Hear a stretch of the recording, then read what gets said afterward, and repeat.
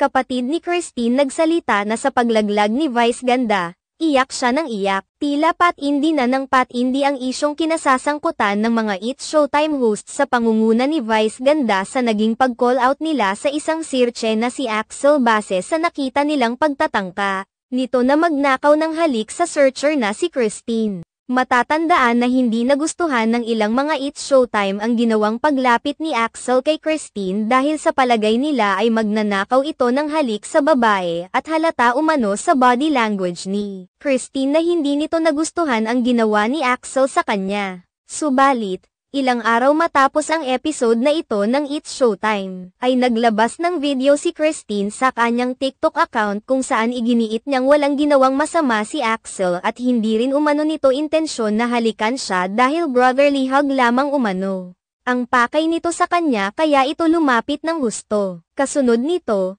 naglabas rin ng tweet si Vice ganda kung saan nag-public apology siya kay Axel dahil hindi naman pala na-off si Christine at namali lamang sila sa pag-assess ng sitwasyon. Subalit, nitong Martes June 4, 2024, bago magtapos ang airing ng It's Showtime, muling nagbigay ng public statement si Vice ganda kung saan binawi niya ang public apology niya kay Axel dahil muli umano nilang nakausap si Christine kung saan inamin nito na totoong na-off siya sa ginawa ni Axel.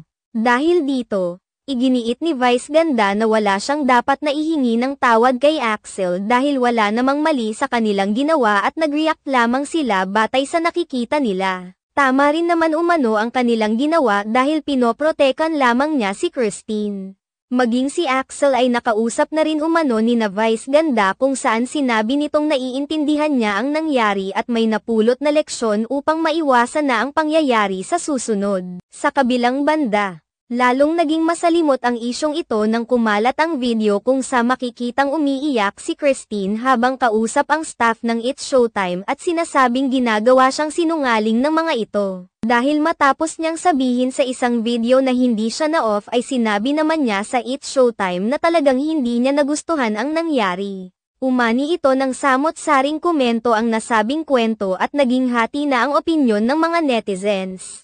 May mga kumampi sa It's Showtime at sinabing ginawa lamang nito ang kanilang responsibilidad sa kanilang mga guests subalit may mga nagsasabi rin na kaya kin-all out ni Vice ganda si Axel dahil hindi naman ito pogi. Nagbigay na rin ng pahayag ang kapatid ni Christine kung saan ipinakita nito ang video ng kanyang kapatid na maririnig pa ang pakikipag-usap nito sa staff ng It's Showtime. Hindi nagustuhan ng kapatid ni Christine ang panlalaglag ni Vice ganda sa kanyang kapatid dahilan para mabaling rito ang galit ng mga netizens.